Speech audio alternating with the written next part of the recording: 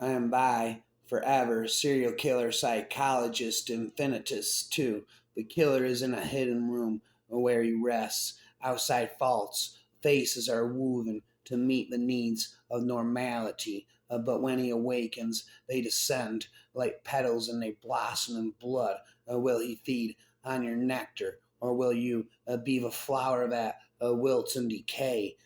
As I wiped a blade the congealing efforts of what had perspired dripped in the raindrops of lost essence. I started to be nostalgic of when all started, and I smiled. It isn't easy, doing this hobby is a full-time commitment. I have responsibilities, and before you ask, just because I live in my mom's basement, it didn't have any implications to this and what led to my endeavors of what I do now. You can't just go out stabbing people. That bath salts territory, for goodness sake. Okay, when did it start? Around 15 years ago, give or take. To think about it, I was quite violated by the sight of blood. I passed out at school when someone cut their finger. I know from thinking to where I am today the paradox of it all. So I was walking home and I thought stupidly to take a shortcut. I know that's just asking for a dilemma of consequences, but I was running late and thought overrode reason. Safer than sorry, my mother would say. I should really listen towards of wisdom than to just throw them aside and regret them later. Well, this time was a moment of ignorance, and I delved into my darker side and threw abandonment to the winds of chance. I saw that idiot and knew without a thought that his life needed to be a forfeit in the eyes of the many. In haste, I went out and without plan, I used an unregistered firearm. There are so easy to find in ponds, lakes, rivers. You just have to be stupid enough as I was to delve into them with a wet suit. It was like swimming in the disgrace of humanity, and I accidentally swallowed more of humanity than I wished to admit as I reached the shore of the golf course. I have found a stupid amount of guns. Do these pools ever get drained?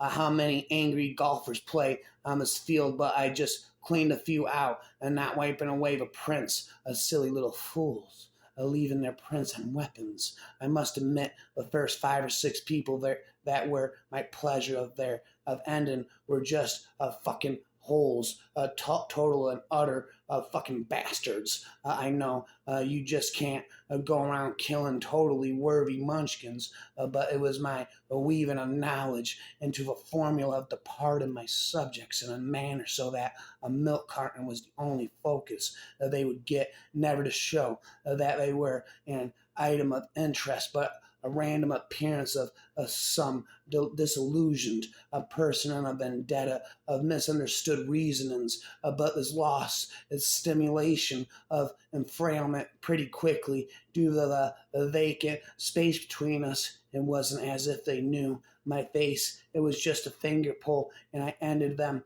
too hastily. I even felt somewhat remorseful for them not knowing the perpetrator of their demise, and a few ran still lingering to this existence. Do you realize the skill set to hit a moving target? But none got too far. I didn't take it personally. It was a fight or flight reaction. People in this block don't even think I know how to use a gun. Ba-bum, bum, ba-bum. But they were always vacant of life when I walked away from the scene. They don't know what I do in Long Island, man. I was always throwing these weapons after a few uses. Those that had used it before their prints are still viable, probable, miracle spiritual. It was the eve of my birth, and within that moment of creation, I was fallen as the echo of my cries are thrown into the industrial bin behind the old takeaway. My teen years were so were so lewd and contrived. I thought I had friends, but I was like I was at birth. They used me, threw me away, and again I was done. It was upon my 10th birthday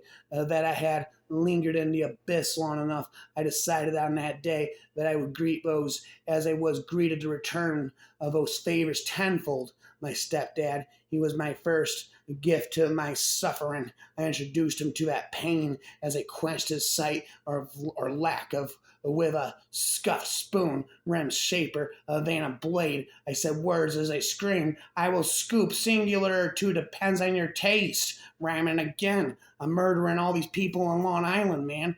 I'm up above a little rag doll and pose as I place. Smiles non-linear, a lipstick is smeared, and not as it should be. Perfection is not on the features of statically smiling meagerly. Pastel, how you are in my thoughts, knotted hair, ill-placed baubles that don't show, the best of the features frozen on your hollow face, mismatched clothes, not in a way a woman of choosing will place odd socks, an ankle one, a poppy lawn stocking, contrasting its size and color, but you'll never know.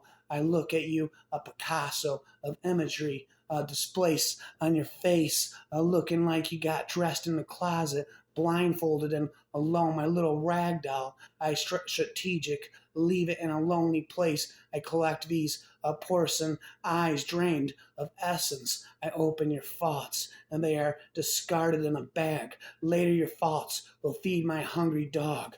I leave you empty, vacant, as you should be, my rag doll, with uninhabited motivation, hollowed shell of what you used to be. Blank stares between you and me go silently. They find my dolls and their houses distorted like my vision of how sights are seen, a playhouse of disillusion. My dolls are my creations. Come will you be a rag doll for me, indeed.